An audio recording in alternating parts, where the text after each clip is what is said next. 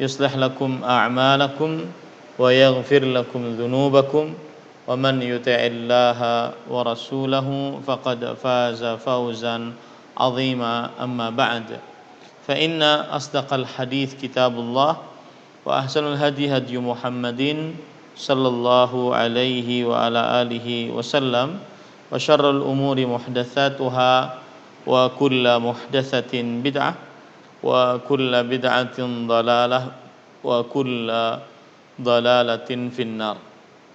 Alhamdulillah, kita bersyukur pada Allah Subhanahu wa taala pada hari ini, hari yang paling mulia di dalam sepekan, hari rayanya kaum muslimin setiap pekannya, 1 Dzulqa'dah 1442 Hijriah atau di beberapa tanggalan 29 Syawal 1442 Hijriah. Kita kembali duduk bersama kajian Ruang Muslim Indonesia dan membahas tentang kitab Al-Ghaflah yang ditulis oleh Fadilatul Syekh Muhammad bin Saleh Al-Munajjid hafizahullahu ta'ala, yang kalau kita terjemahkan dalam bahasa Indonesia adalah hati yang lalai. Taib, pada pertemuan kali ini, sebelumnya salawat dan salam semoga selalu Allah berikan kepada Nabi kita Muhammad sallallahu alaihi wa ala alihi wasallam, pada keluarga beliau, para sahabat, serta orang-orang yang mengikuti beliau sampai hari kiamat kelak. Dengan nama-nama Allah yang husna dan sifat-sifatnya yang ulia, kita berdoa, Allahumma inna nas'aluka ilman nafi'an wa rizqan tayyiban wa amalan mutaqabbala. Wahai Allah, sesungguhnya kami mohon kepada Engkau ilmu yang bermanfaat, rezeki yang baik, dan amal yang diterima. Allahumma amin. Ahibati hafizakumullah, kaum muslimin yang saya cintai karena Allah, semoga Allah Subhanahu wa taala selalu menjaga kita. Ini adalah pertemuan lanjutan dari pembacaan kitab Al-Ghaflah, Obat Hati Lalai, bersama Ruang Muslim Indonesia. Dan kita sudah sampai kepada, sebentar saya lihat dulu terjemahannya, kepada akibat dari hati yang lalai. Akibat dari hati yang lalai, atau lebih tepatnya mungkin siksa dari hati yang lalai. Hukuman bagi orang-orang yang hatinya lalai. Halaman 56 ya, halaman 56. Taib. Kita baca, penulis mengatakan uqubatu al-ghaflah. Uqubatul ghaflati katsiratun jiddan. Minha awalan istihqaqul azabi fid dunya. Qala Allah Subhanahu wa ta'ala walamma waqa'a 'alaihimur rijzu qalu ya Musa ud'u lana rabbaka bima ahida indak la in kashafta 'anna ar-rijza lanu'minanna laka wa lanursilanna ma'aka bani Israil falamma kashafna 'anhumur rijza ila ajalin hum balighuhu idza hum yankuthun fantaqamna minhum fa aghraqnahum fil yammi bi'annahum kadzdzabu biayatina wa kanu anha ghafilin. Surat Al-A'raf ayat 134-136. Penulis hafizahullahu ta'ala mengatakan hukuman bagi orang-orang yang hatinya lalai, yaitu pertama, berhak mendapatkan siksa di dunia sebelum akhirat. Hal ini sebagaimana disebutkan oleh Allah Subhanahu wa taala dalam surat Al-A'raf ayat 134 sampai 136, yaitu menceritakan tentang kaum Nabi Musa yang mereka itu tidak mau mengikuti Nabi Musa alaihissalam. Allah berfirman, dan ketika mereka ditimpa siksa yang telah diterangkan, mereka pun berkata, "Hai Musa, mohonkanlah untuk kami kepada Tuhanmu dengan perantaraan kenabian yang diketahui Allah ada pada sisimu. Sesungguhnya jika kamu dapat menghilangkan siksa itu ada dan pada kami, pasti kami akan beriman kepadamu dan akan kami biarkan Bani Israel pergi bersamamu. Maka setelah kami hilangkan siksa itu dari mereka, hingga batas waktu yang mereka sampai kepadanya, tiba-tiba mereka mengingkarinya. Kemudian kami menghukum mereka." Nah, ini dilihat di sini orang-orang yang lalai dari mengingat Allah, lalai akhirnya bermaksiat kepada Allah, maka Allah akan hukum mereka sebagaimana Allah menghukum Bani Israel. Maka kami tenggelamkan mereka di laut disebabkan mereka mendustakan ayat-ayat kami, dan mereka adalah orang-orang yang melalaikan ayat-ayat kami. Mereka adalah orang-orang yang melalaikan ayat-ayat kami. Maka penulis mengatakan di sini, fa'aghraqallahu azza wa jalla bighaflatihim an ayatihi. Maka Allah Subhanahu wa taala menenggelamkan mereka disebabkan kelalaian mereka terhadap tanda-tanda kekuasaan Allah Subhanahu wa taala.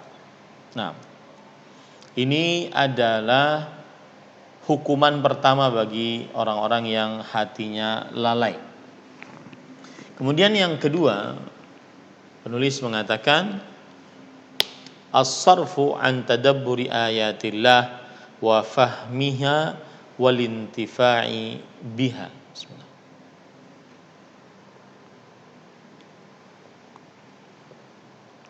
Sebelum saya masuk kepada yang kedua, saya ingin mengingatkan dan menekankan kembali, hati-hati orang yang jarang berzikir kepada Allah, bahkan mungkin tidak sholat. Itu tanda-tanda hati yang lalai sebagaimana sudah kita pelajari. Orang yang bermaksiat, meremehkan maksiat, bermudah-mudah mengerjakan hal-hal yang makruh, ya.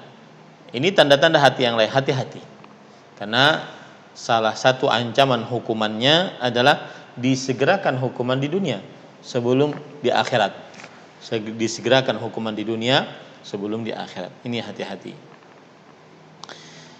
Kemudian yang kedua, as-sarfu an tadabburi ayatillahi wa fahmiha wal intifa'i biha. Wa hadhihi 'uqubatun khatiratun jiddan. Qala Allah Ta'ala, sa'asrifu an ayati alladhina yatakabbaruna fil ardi bighairil haqq wa iyyaraw kulla ayatin la yu'minu biha hatta wa iyyaraw sabila ar-rusydi la yattakhidhuhu sabila wa iyyaraw sabilal ghayyi yattakhidhuhu sabila dzalika bi annahum kadzdzabu bi ayatina wa kanu anha ghafilin. Al-A'raf ayat 146. Ay la atrukuhum yatadabbarunaha wa la ya'tabiruna biha wa tamurru alaihim muraran duna an yastafidu minha. Qala al-Baydawi ay dhalika as-sarfu bisababi takdzibihim wa 'adami tadabburihim lil ayat. Wa hadhihi 'uqubatun balighatun lakin ahlal ghaflah la yash'uruna biha. Wallahu yujazi ahlal ghaflati bighaflatin a'zam jazaan wifaqa Falamma zaghu azaghallahu qulubahum. Surah As-Saff ayat 5, istahabbul ama fa'amahumullahu anil haq. Perhatikan kita baca artinya. Hukuman yang kedua bagi orang yang hatinya lalai adalah dipalingkan untuk bisa mentadabburi ayat-ayat Allah, bisa memahaminya serta mengambil manfaat dari ayat-ayat tersebut. Jadi susah untuk paham terhadap ayat-ayat yang dibacakan, susah untuk paham terhadap hadis-hadis yang dibacakan.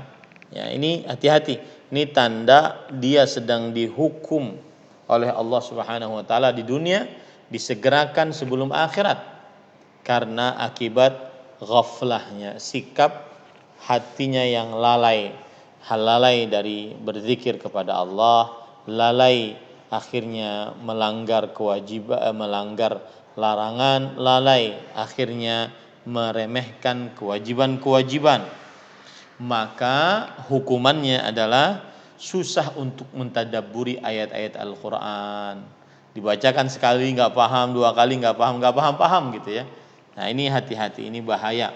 Jangan-jangan mereka adalah orang-orang yang sedang lalai. Tetapi tidak semua orang yang susah menghafal, susah memahami disebut sebagai orang yang sedang lalai. Tidak. Akan tetapi salah satu hukuman bagi orang yang lalai adalah susah untuk mentadabburi ayat Al-Quran, memasukkannya ke dalam hati. Ayat Al-Quran tersebut kalau dibaca bisa menangiskan mata, kemudian keluar air mata karena takut kepada Allah, atau karena takut siksa-siksa Allah, atau karena berharap masuk surganya Allah Subhanahu wa taala. Adapun orang yang lalai tidak mendapatkan akan hal itu sama sekali. Penulis mengatakan maka azab ini sangatlah berbahaya jikalau sudah menimpa seseorang. Ya, hati-hati ini. Susah dinasehati malah marah-marah, malah meremehkan Al-Qur'an, malah meremehkan hadis Rasul sallallahu alaihi wasallam. Nah, ini tanda orang yang lalai dari berzikir kepada Allah Subhanahu wa taala. Baik. Kemudian penulis membawakan dalil surat Al-A'raf ayat 146 yang artinya aku, yaitu Allah, akan memalingkan orang-orang yang menyombongkan dirinya di muka bumi tanpa alasan yang benar dari tanda-tanda kekuasaanku. Apa maksudnya ini para ikhwah yang dirahmati oleh Allah Subhanahu wa taala? Maksudnya adalah orang-orang yang lalai, mereka akan dipalingkan oleh Allah Subhanahu wa taala. Susah untuk memahami tanda-tanda kuasa Allah Subhanahu wa taala. Mereka jika melihat tiap-tiap ayatku, mereka tidak beriman kepadanya. Nah, ini penyebabnya. Penyebab orang yang orang yang hatinya lalai, susah untuk mengimani ayat Al-Qur'an, susah untuk mengimani hadis-hadis Rasul sallallahu alaihi wa ala alihi wasallam. Nah, lanjutnya, dan jika mereka melihat jalan yang membawa kepada petunjuk, mereka tidak mau menempuhnya. Tetapi jika mereka melihat jalan kesesatan, mereka terus menempuhnya. Yang demikian itu adalah karena mereka mendustakan ayat-ayat kami dan mereka selalu lalai daripadanya. Nah, ini intinya orang yang hatinya lalai, salah satunya hukuman di dunianya dengan segera adalah susah untuk menerima ayat-ayat Al-Quran sebagai nasihat dan juga hadis-hadis Rasul sallallahu alaihi wa ala alihi wasallam. Nah, kemudian ahibati hafizakumullahu taala, maknanya tidaklah akan aku biarkan mereka bisa mentadabburi ayat-ayatku, tidak pula aku biarkan mereka bisa mengambil ibrah, pelajaran dengan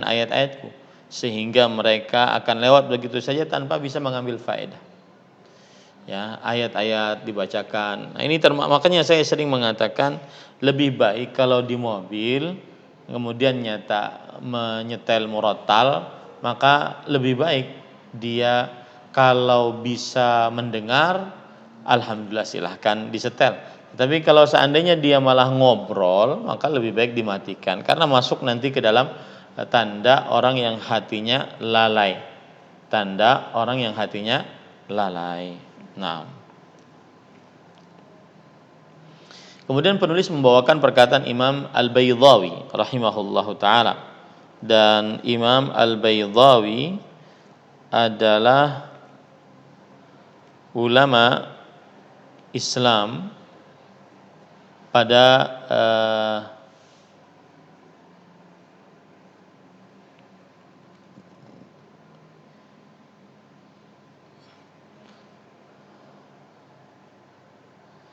nama lengkap beliau adalah Abdullah bin Umar Al-Baydhawi, dan beliau salah satu ulama Islam ahlu sunnah wal jamaah, ahli fikih, ahli usul fikih, kemudian bermadzhab syafi'i, ahli hadis, ahli tafsir, dan ahli bahasa. Dan beliau wafat pada tahun 685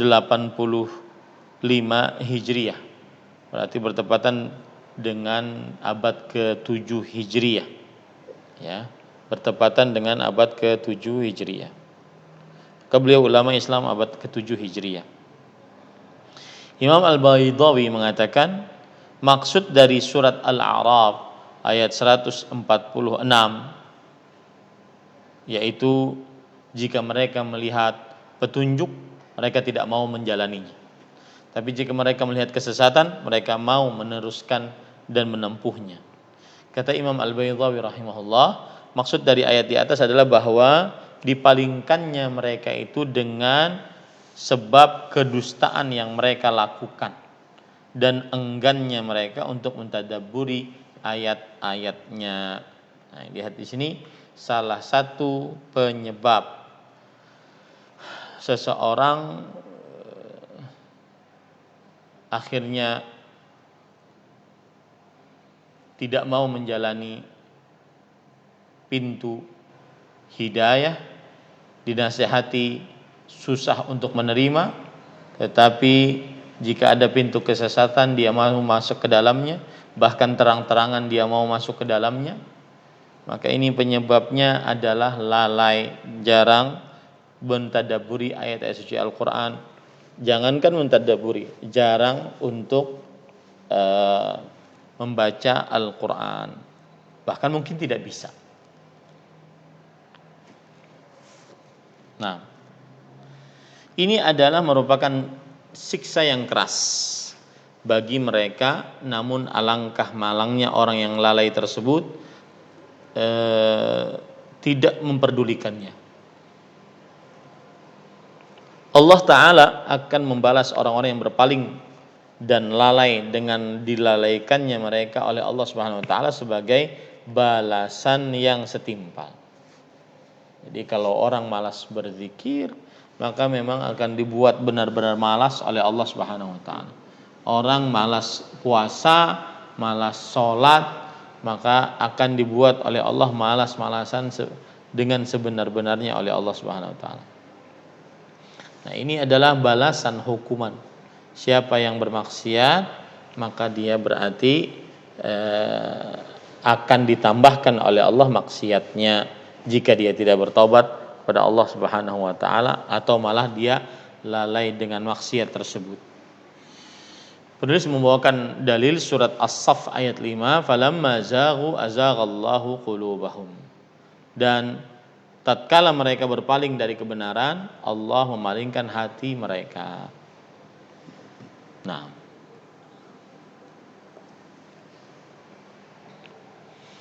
kemudian penulis mengatakan yang ketiga, hukuman bagi orang yang hatinya lalai, hirmanu rahmatillahi azza wa jalla, an Yusairah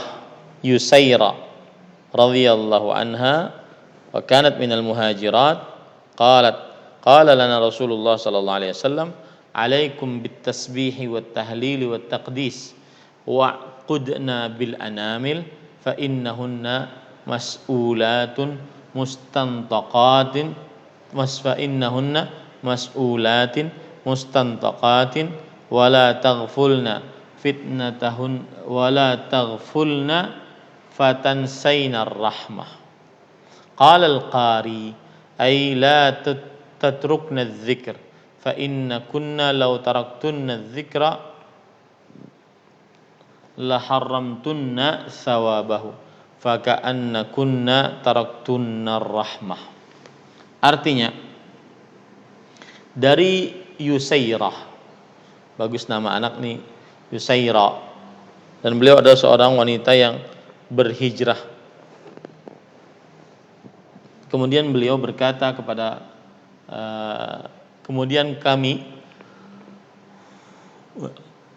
kemudian Rasulullah SAW berkata kepada kami, hendaknya kalian bertasbih, ucapkan subhanallah, wat tahlil, la ilaha illallah, wat taqdis, ya, subhanallah, wa'qudna bil anamil, dan hitunglah dengan jari jemari. Fa innahunna mas'ulat, sesungguhnya jari jemari tersebut ataupun ujung-ujung jari jemari tersebut akan dimintai pertanggungjawaban, mustantaqat, dan dia akan dimintai berbicara, wala taghfulna fatansayna rahmah, dan janganlah kalian lalai, maka niscaya kalian akan dapat rahmat. Janganlah kalian lalai, karena kalau kalian lalai nanti akan dilupakan untuk kalian mendapatkan rahmatnya Allah Subhanahu wa taala. Makanya Imam Al-Ali Al-Qari mengatakan, janganlah kalian tinggalkan zikir. Sesungguhnya jika kalian wahai para perempuan meninggalkan zikir, maka niscaya akan diharamkan atas kalian pahalanya, seakan-akan kalian meninggalkan rahmat Allah Subhanahu wa taala. Artinya gini, kalau orang, apalagi perempuan, malas berzikir, apalagi saat masa haid, masa nifas, maka pada saat itu hendaklah dia menghitung zikirnya dengan jari jemari, karena jari jemari ini akan ditanya oleh Allah Subhanahu wa taala, dan dia jangan lupa untuk berzikir, karena kalau dia lupa untuk berzikir maka dilupakan pula dia mendapatkan rahmat Allah Subhanahu wa taala. Kemudian yang keempat, raddud du'a wa adamu istijabatihi. An Abi Hurairah radhiyallahu anhu qala Rasulullah sallallahu alaihi wasallam, ud'ullaha wa antum muqinuna bil ijabah wa'lamu anna Allaha la yastajibu du'aan min qalbin ghafilin lahin. Artinya Abu Hurairah radhiyallahu anhu berkata, Rasulullah sallallahu alaihi wasallam bersabda, berdoalah kalian kepada Allah dalam keadaan kalian yakin dikabulkan, dan ketahuilah Allah Subhanahu wa taala tidak akan mengabulkan doa apa saja dari hati yang lalai dan terlena. Jadi ini hukuman di dunia yang disegerakan bagi siapa yang mereka itu lalai hatinya. Kemudian penulis mengatakan, liyakun yaqinaka atau yakinuka billahi kabiran hala du'aik wa la takun ka ashabil qulubil ghafilah alladzina yarfa'una aydiyahum bid-du'a thawaniya ma'dudat la yadruna madza qalu wa bima dza da'au aw kaman yu'minu ma'al imam wa huwa la yafqahu syai'an min du'a'i fa kaifa yuqbalu du'a du'a'u man hadza haluhu. Kata penulis, hendaknya keyakinanmu terhadap Allah besar saat engkau berdoa. Nah, ini penting. Ini menunjukkan bahwasanya dia sedang hadir hatinya. Karena dia yakin bahwa Allah Subhanahu wa taala akan mengabulkan doanya. Dan janganlah kamu seperti orang-orang yang lalai hatinya, yang mengangkat tangan mereka dengan doa beberapa menit yang bisa dihitung, akan tetapi mereka tidak mengetahui apa yang diucap dan apa yang didoai. Mereka tidak paham. Maka ini sangat keliru sekali. Dan ini termasuk daripada tanda seseorang mendapatkan akibat dari ghaflahnya, yaitu ditolak doanya dan tidak dikabulkan oleh Allah Subhanahu wa taala. Akibat ghaflah. Atau kata Syekh, ada orang mengamini imam saat dia salat dan dia tidak paham apa yang diucapkan oleh imam dari doa-doanya ataupun dari berdoa saat berkhutbah. Maka bagaimana bisa dikabulkan doa orang yang seperti keadaannya? 6. Yang kelima, taslitu syayatin 'alal ghafil, yaitu menguasai, syaitan menguasai orang-orang yang lemah. Syaitan menguasai orang-orang yang lalai hatinya. Ini buruknya dan hukumannya yang kelima, ya, bagi orang-orang yang hatinya lalai. Syaitan akan menguasai hati orang-orang yang lalai.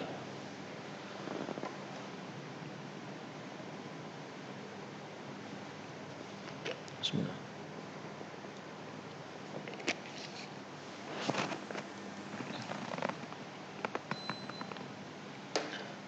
Contohnya jika kata Syekh mengatakan di sini, idza dakhala ar-rajulu baitahu wa ghafala an dzikrillah fa inna asyaitana yusallitu alaihi wa yadkhulu baitahu ma'ahu wa yabitu ma'ahu. Wa idza akala ta'amahu wa ghafala an dzikrillah akala ma'ahu syaitan. Dan jika dia makan dan lupa berzikir kepada Allah, maka berarti dia makan bersama syaitan. Nah, ini maksudnya adalah orang-orang yang kalau tidak berzikir maka syaitan akan bersamanya. Saat masuk rumah, saat tidur, saat bangun dari tidur, ya.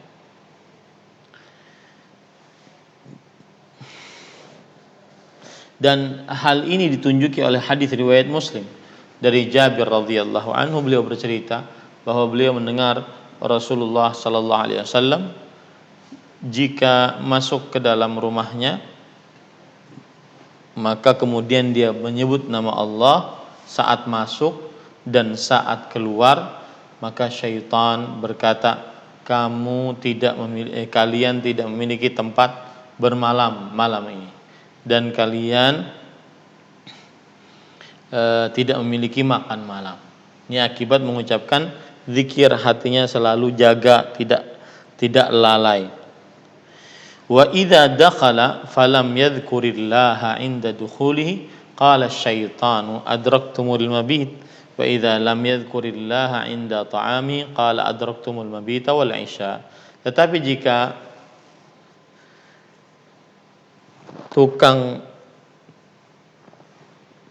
jika yang memiliki rumah tersebut masuk ke dalam rumah dan tidak berzikir kepada Allah, ya, tidak berzikir kepada Allah saat masuk ke dalam rumah, maka syaitan akan berkata, kalian mendapati tempat tinggal kalian.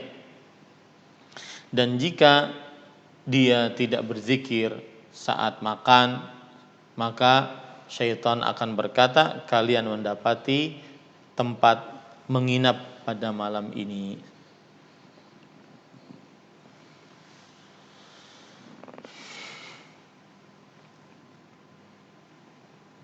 Dan para ikhwah yang dirahmati oleh Allah, yang selanjutnya adalah di sini disebutkan, saya sebutkan secara ringkas, yaitu yang keenam, tatabu'ul ghafalat.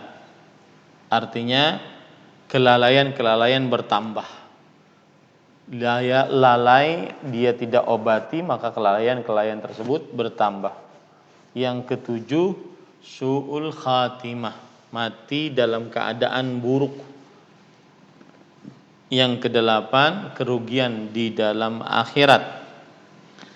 Dan yang kesembilan, ya, penulis di sini mengatakan wa asyaddul uqubat allati taqa'u ala ahli al-ghaflah dukhulun nar. Dan siksa paling berat yang terdapat pada orang-orang yang lalai adalah masuk ke dalam nerakanya Allah Subhanahu wa taala. Sebagaimana dalam surat Yunus ayat 7 sampai 8, innal ladzina la yarjuna liqa'ana wa radhu bil hayatid dunya wa tama'annu biha wal ladzina hum an ayatina ghafilun ulaika ma'wahumun nar bima kanu yaksibun. Sesungguhnya orang-orang yang tidak berharap bertemu dengan kami dan lebih rela dengan kehidupan dunia, dan mereka merasa nyaman dengan kehidupan dunia tersebut, dan mereka lalai terhadap tanda-tanda kekuasaan kami, ayat-ayat kami, mereka tempatnya paling pantas neraka atas apa yang telah mereka perbuat. Ini adalah asyaddu al-uqubat. Ini adalah siksa hukuman paling berat bagi orang-orang yang lalai, yaitu masuk ke dalam nerakanya Allah Subhanahu wa taala. Baik, sekarang bab yang terakhir di dalam kajian kita al-ghaflah ini, yaitu ilajul ghaflah. Ilajul ghaflah artinya obat terapi dari sikap lalai. Obat terapi dari sikap lalai. Yang pertama adalah bidzikri. Qala Allah Ta'ala, wadhkur rabbaka fi nafsika tadarru'an wa khifah wa dunal jahri minal qawli bil ghuduwi wal asal wa la takum minal ghafilin. Yang artinya, dan berzikirlah kepada Tuhanmu di dalam dirimu dengan tunduk dan tersembunyi, tidak mengeraskan dari ucapan pada waktu pagi ataupun sore, dan janganlah kamu termasuk orang-orang yang lalai. Ini menunjukkan bahwasanya salah satu obat terapi sikap lalai adalah berzikir kepada Allah. Dan berzikir yang dimaksud apa saja? Apakah dia membaca Al-Quran, atau subhanallah walhamdulillah wa la ilaha illallah wallahu akbar la haula wa la quwata illa billah, dan seterusnya, ya. Yang penting dia berzikir agar tidak menjadi orang-orang yang lalai. Kemudian yang kedua, berdoa. Berdoa, ya, terutama doa-doa yang dipakai dan dibaca oleh Rasulullah sallallahu alaihi wasallam, maka jangan dijauhi akan hal ini. Berdoa, ya, berdoa. Dan hadis riwayat Imam Ibnu Hibban, Imam Hakim akan hal ini, yaitu diantaranya Allahumma inni a'udzubika minal ajzi wal kasal wal bukhli wal haram wal qaswah wal ghaflah wal dhillah wal maskanah wa a'udzubika minal faqri wal kufri wasyirki wan nifaqi was sum'ati war riya.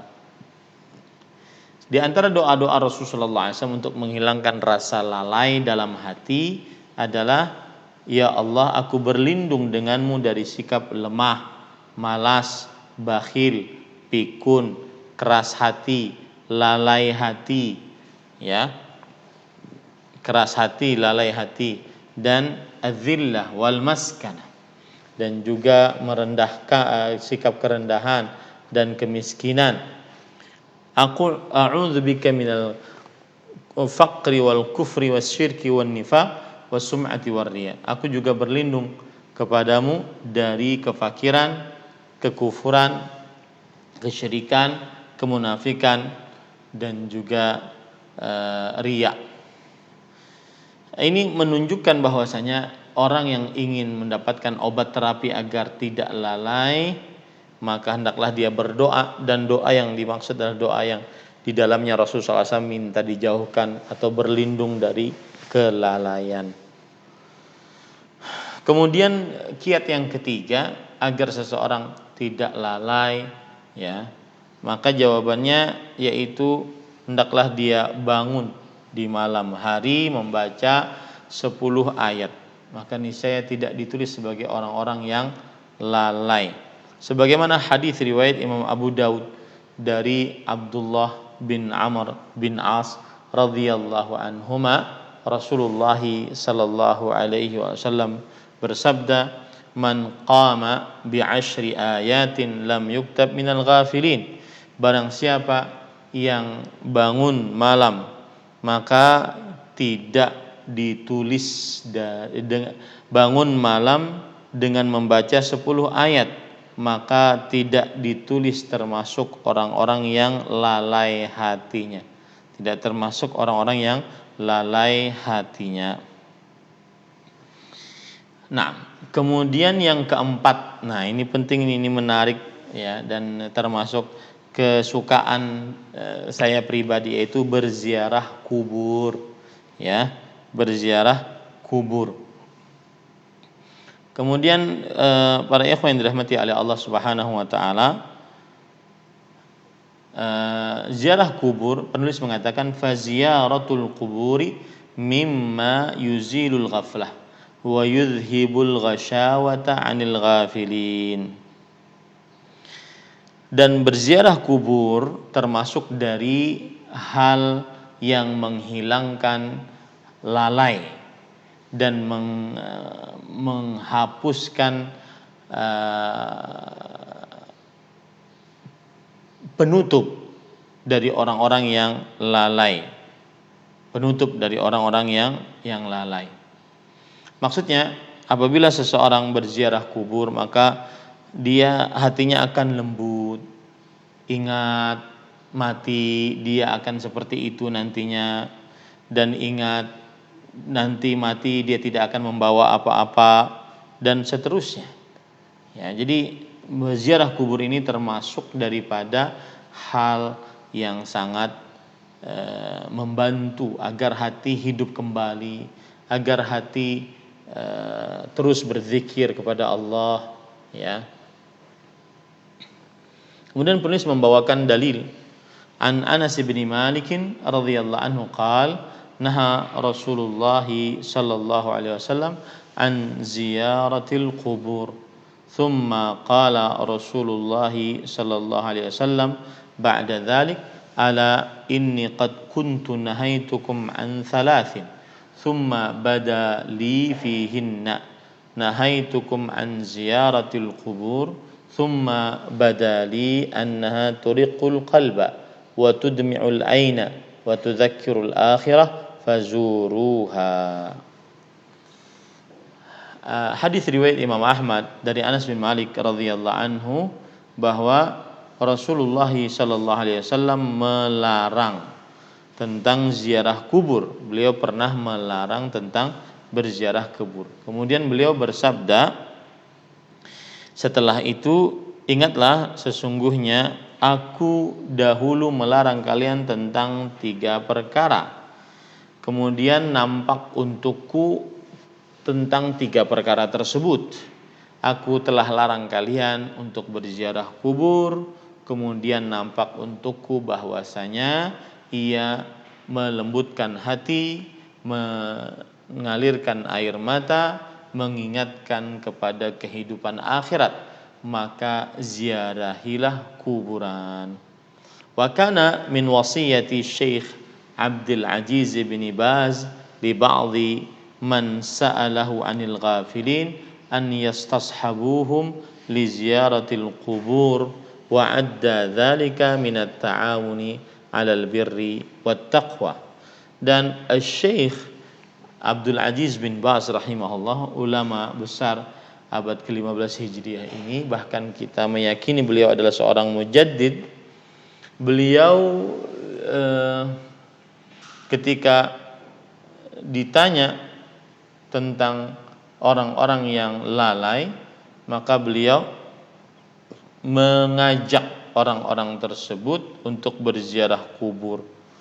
Dan ini beliau hitung sebagai saling tolong menolong dalam kebaikan dan ketakwaan. Jadi kalau seandainya ada orang, aduh hidupnya kok keras sekali hatinya, susah untuk nangis karena Allah, kemudian banyak maksiat dan merasa maksiat tersebut ringan, ya, tidak sholat bukan hanya jarang, tidak puasa bukan hanya jarang, maka pada saat itu Syekh mengajak dia, ayo kita berziarah kubur untuk mengingatkan akan hadis tersebut, yaitu melembutkan hati, meneteskan air mata, dan mengingat akan kehidupan akhirat.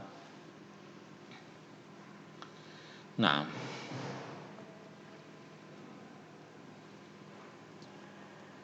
yang kelima, dan kelima ini agak panjang ya, bitadabburi halid dunya. Bitadabburi halid dunya, mentadabburi keadaan dunia. Lianna man tadabbara halad dunya wajada anna masrataha yashubuhal kadar waladzatiha munghissah. Artinya, barang siapa yang mentadabburi keadaan dunia, dia akan mendapati bahwa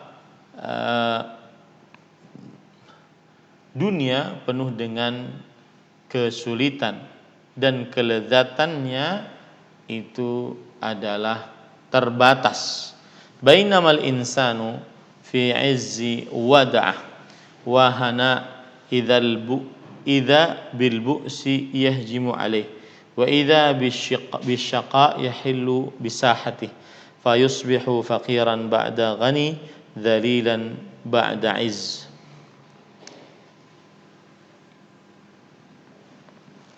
Ketika seorang dalam keadaan lapang, nyaman, kemudian datanglah musibah, maka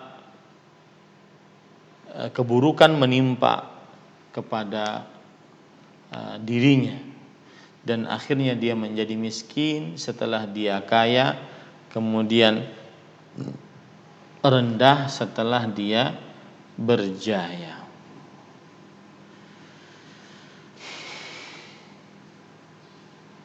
Jadi kalau orang memperhatikan dunia, ya seperti itu. Ya. Di sini disebutkan dalam buku terjemahannya,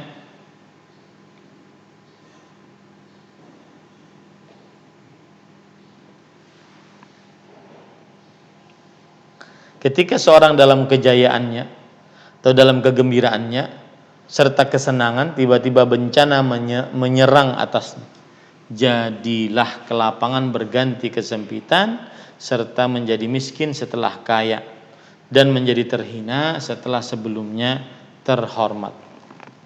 Dan kadangkala kematian mendatanginya pula, maka ia keluar dari dunia ini dalam keadaan memiliki banyak tanggungan, ya, kemudian disandarkan ke tanah, dan ia pun meninggalkan tempat asalnya.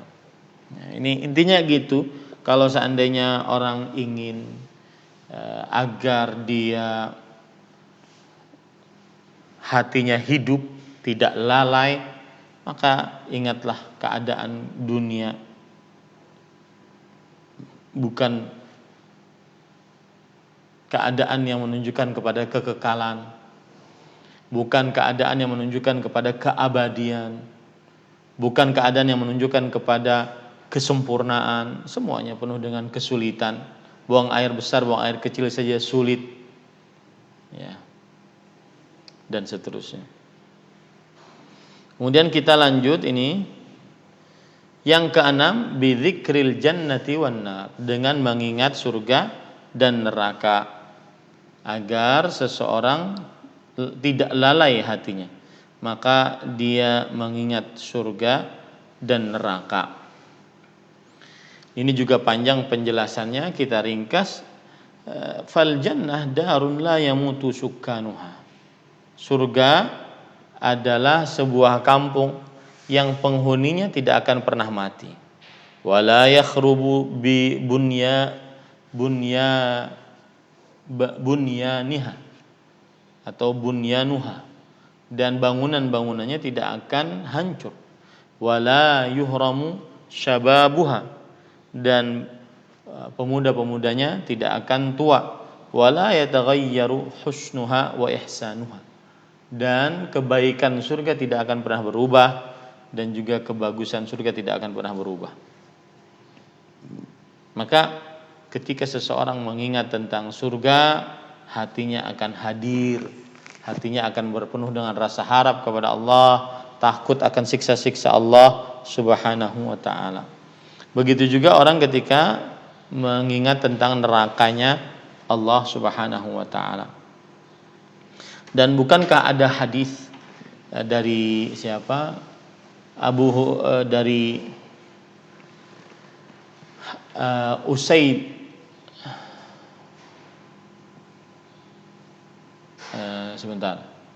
dari Hanzalah al-Usayyidi, maksud saya, bahwa Hanzalah al-Usayyidi ditemui oleh Abu Bakar As-Siddiq radhiyallahu anhu.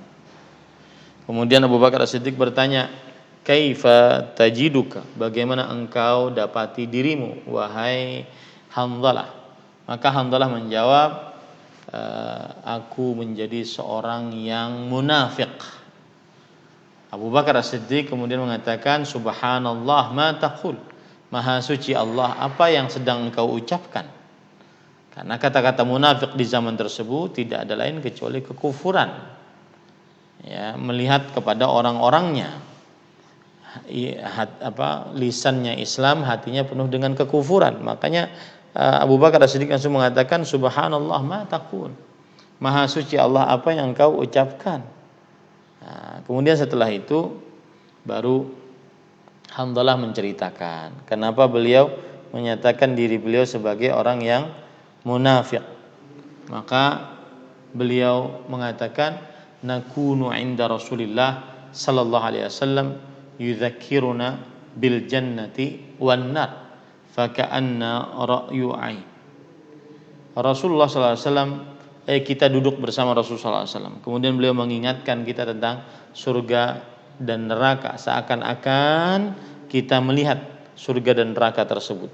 Saking jelasnya Rasulullah SAW menjelaskannya.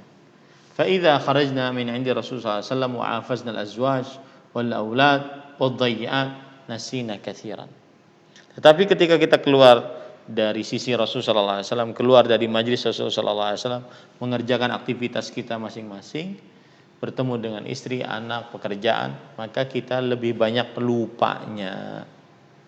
Nah, ini menunjukkan bahwa mengingat surga dan neraka adalah menghilangkan ghaflah. Mengingat surga dan neraka menghilangkan ghaflah. Baik. Itu kira-kira yang bisa kita pelajari. Kemudian di akhir buku ini penulis mengatakan al-khatimah, penutup. Qala Ibnul Qayyim rahimahullah, "Inna majalis adz-dzikri majalisul malaikah wa majalisul lagwi wal ghaflati majalisus syaitan. Falyatakhayyaril 'abdu a'jabahuma ilaih wa aulahuma bihi. Fahuwa ma'a ahlihi fid dunya wal akhirah." Sesungguhnya majlis-majlis berzikir itu adalah majlis-majlis yang dihadiri oleh para malaikat, dan sesungguhnya majlis-majlis yang penuh dengan kelalaian, penuh dengan perbuatan sia-sia, maka itu adalah majlis-majlis syaitan. Maka hendaknya seorang hamba dipersilahkan untuk memilih mana yang lebih dia sukai dan dia dahulukan. Ketahuilah bahwasanya dia akan bersama keluarganya di dunia dan di akhirat. Ini para ikhwah yang dirahmati oleh Allah, kita di zaman ghaflah, ya, di zaman kelalaian.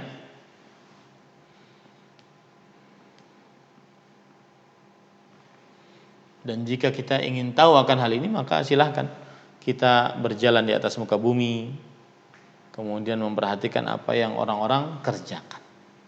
Ya, apa yang orang-orang kerjakan. Maka kita di zaman ghaflah. Hati-hati. Ghaflah karena media sosial, ghaflah karena handphone gawai, game dan seterusnya.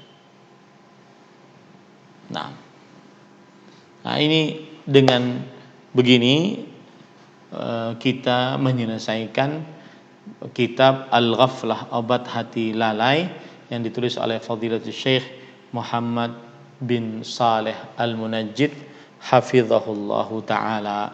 Insyaallah taala kita akan pelajari kitab-kitab lain yang merusak hati sehingga kita benar-benar hatinya bersih.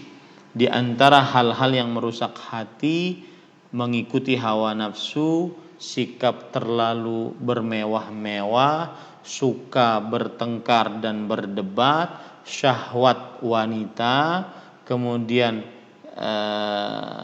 kesombongan, kemudian kemunafikan, kemudian cinta dunia, dan kemudian cinta popularitas. Ini hal-hal yang merusak hati. Insya Allah kita bicarakan nanti dengan kawan-kawan dari Ruang Muslim Indonesia, bagaimana dan apa yang akan kita baca dari kitab yang merupakan silsilat amalan perusak hati. Ya, yang amalan perusak hati sudah kita bahas, yaitu al-ghaflah, obat lalai hati. Lalai hati itu sangat merusak hati. Dengan lalai hati seseorang malas mengerjakan kewajiban dan semangat melanggar larangan, dan dia tidak peduli. Mungkin ada orang yang melalaikan kewajiban, kemudian melanggar larangan, tapi dia peduli karena hawa nafsunya, dia tidak sanggup untuk melawan, tetapi dia peduli. Ya, peduli dalam artian dia takut kepada Allah, takut siksa Allah, gitu ya. Tetapi dia bermaksiat karena hawa nafsunya. Ini ada orang-orang yang bermaksiat, dia tidak peduli akan siksa Allah, harapan kepada Allah Subhanahu wa taala. Wallahu a'lam. Nah, silakan jika ada yang ingin ditanyakan. Nah.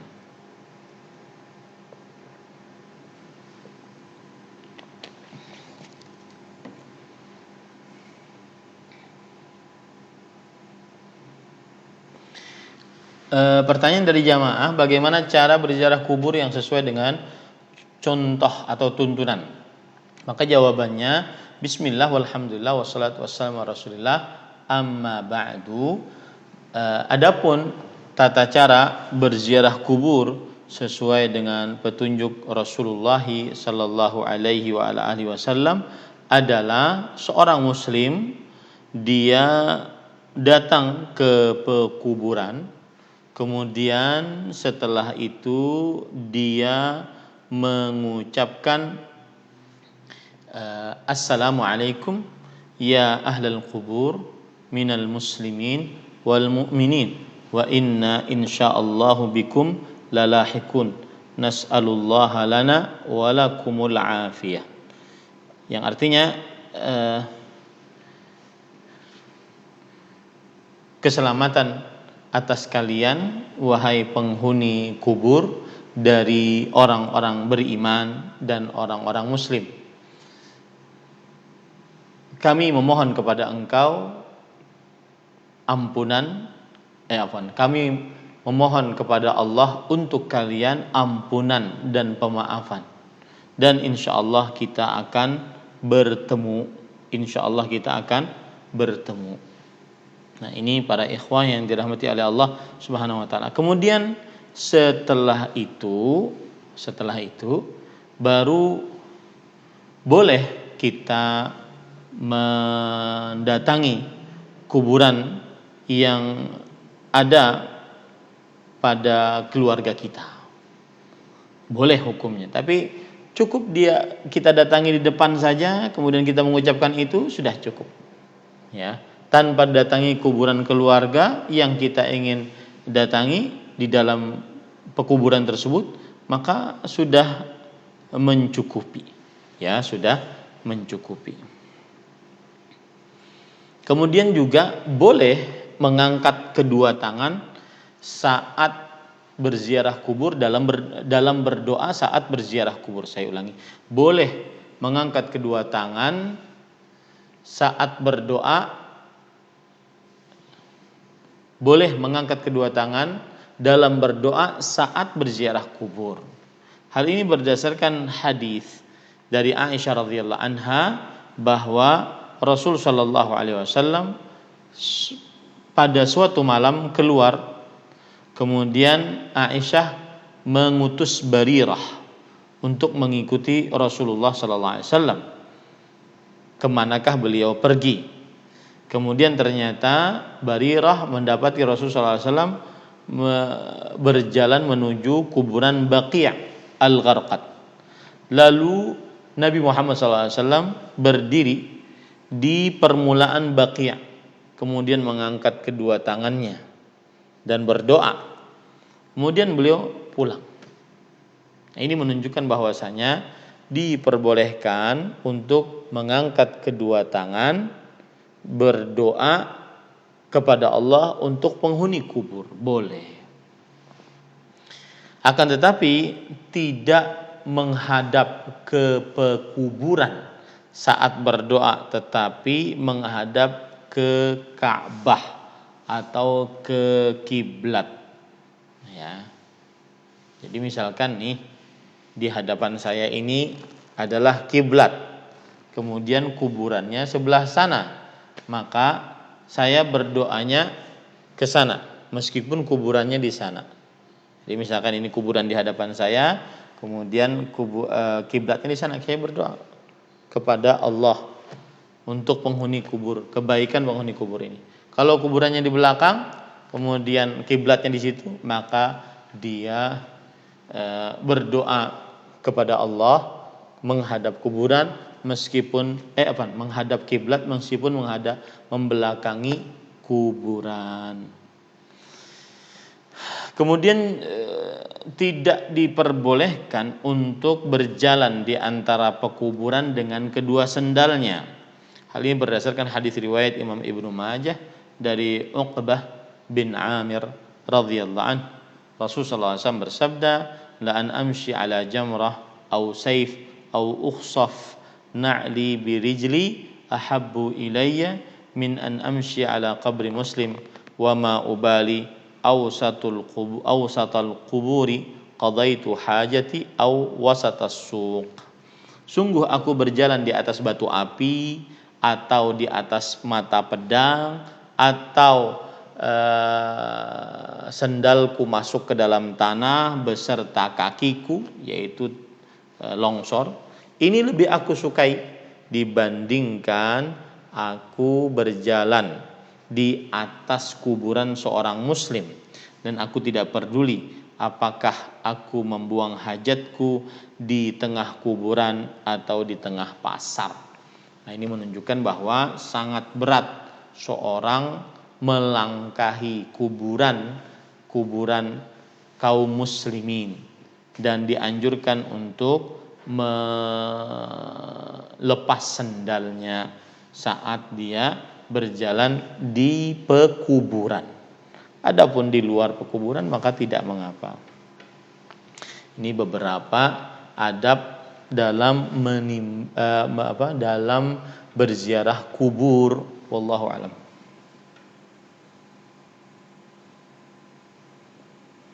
Apakah tetap ada kewajiban bagi seorang istri yang melakukan khulu untuk tetap tinggal di rumah suaminya sampai prosesnya selesai, sedangkan suami tersebut bisa dikatakan akan sangat membahayakan jiwa istri dan anak-anaknya karena sering mengancam melakukan kekerasan? Jawabannya adalah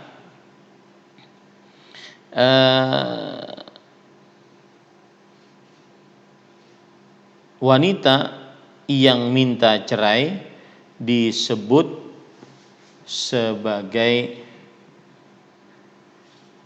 mukhtali'ah atau wanita yang minta khulu. Ya, wanita yang minta cerai disebut sebagai mukhtali'ah atau yang minta khulu. Dan wanita yang minta khulu ini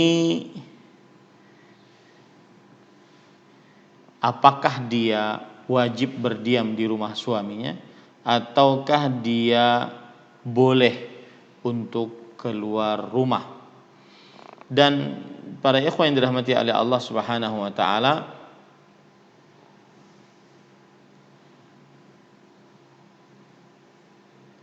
para ulama berbeda pendapat.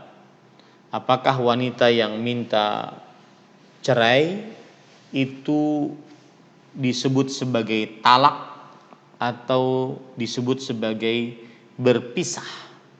Dan kebanyakan para ulama mengatakan bahwasanya iddah dari khulu seperti iddah dari talak, berarti dia tetap di rumah suaminya.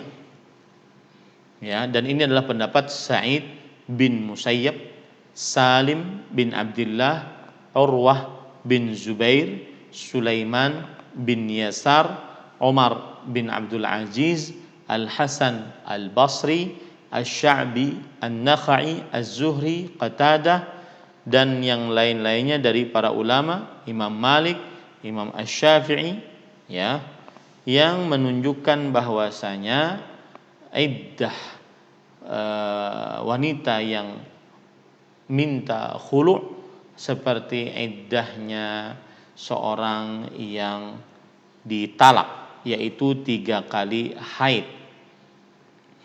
Adapun Abdullah bin Abbas, Utsman bin Affan, Abdullah bin Umar berpendapat bahwa iddah wanita yang minta cerai hanya 1 kali haid. Hanya 1 kali haid. Nah, kemudian wanita yang minta khulu dari suaminya, maka dia seperti talak bain. Talak bain. Maka tidak wajib wanita tersebut untuk melakukan iddahnya di rumah suaminya. Akan tetapi dia berhak untuk melakukan iddah tersebut di mana yang dia inginkan. Di mana yang dia inginkan. Ya. Apalagi tadi ada ancaman suaminya bisa mengancam jiwa istri dan anak-anaknya. Ya. Dan pertanyaan ini membuat kajian kita bias karena tidak ada hubungannya antara talak dengan hati yang lalai. Tetapi tidak mengapa. Kadang sering merasa diri sendiri munafik wal'iyadzubillah dengan menyiarkan syariat Allah tapi sering maksiat dikala sendiri dikarenakan hawa nafsu. Tapi saya melihat artikel bahwa ada yang lebih baik dari menjadi diri sendiri, yakni tidak bermaksiat secara terang-terangan. Apa itu bisa disebut sebagai kemunafikan, Ustadz?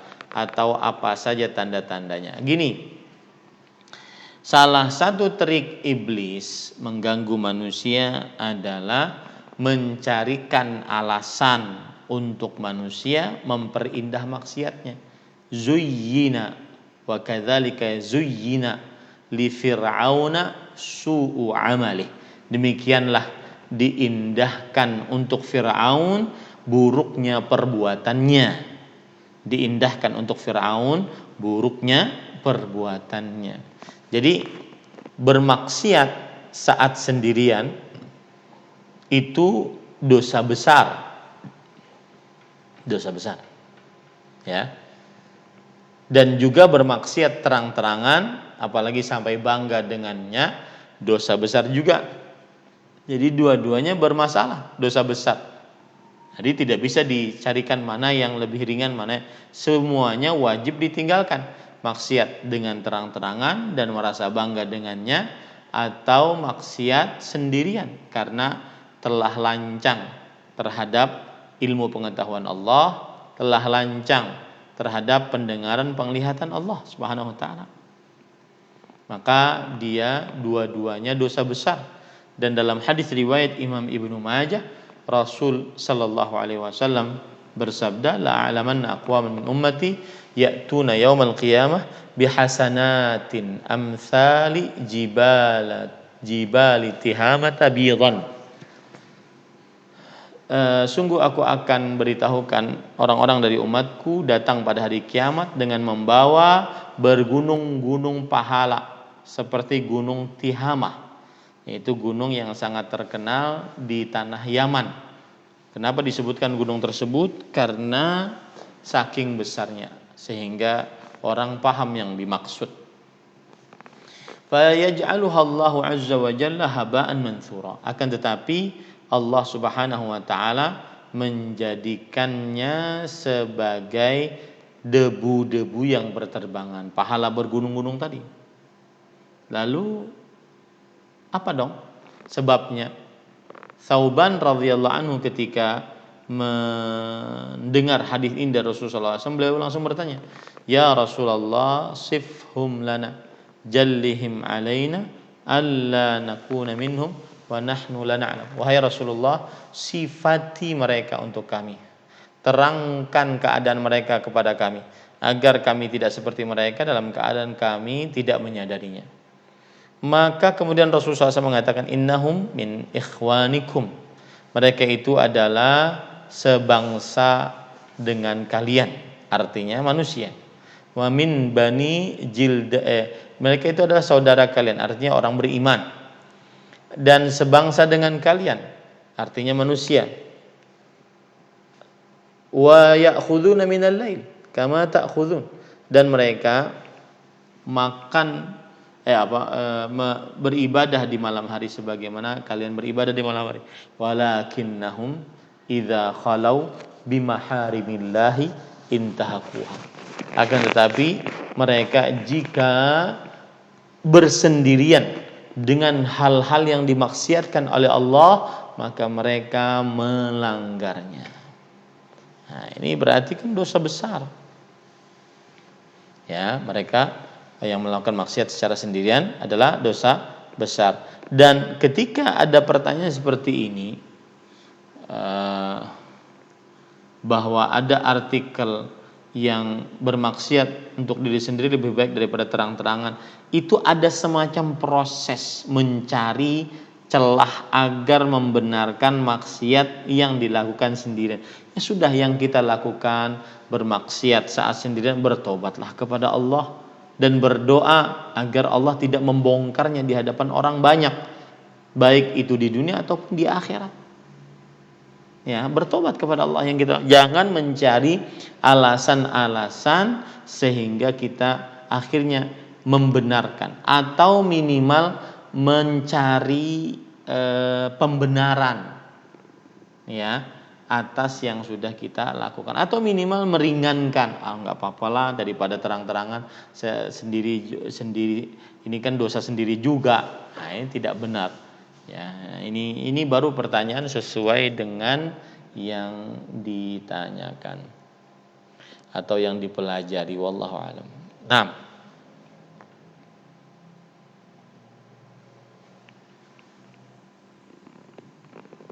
ada lagi pertanyaan?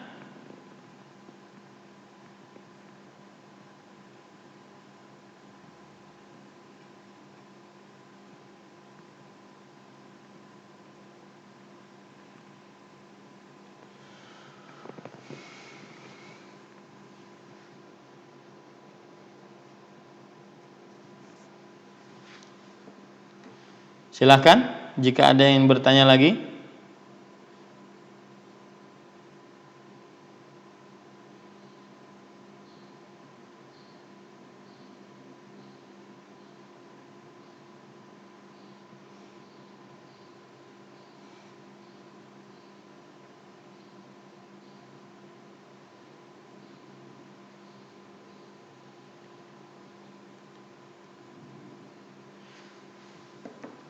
Mana ini moderatornya? Pembawa acaranya mana?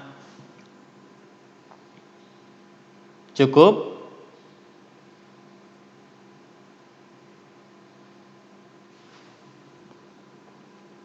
Halo? Ya Ustaz. Kok saya didiamkan gimana sih? Apa Ustaz? Ini ada orang sedang bangun rumah soalnya. Agak rame. Cukup? Saya rasa sudah cukup Ustaz. Ya, kita cukupkan dengan kafaratul majlis. Subhanakallahumma bihamdik asyhadu an la ilaha illa anta astaghfiruka wa atubu ilaik. Wassalamualaikum warahmatullahi wabarakatuh.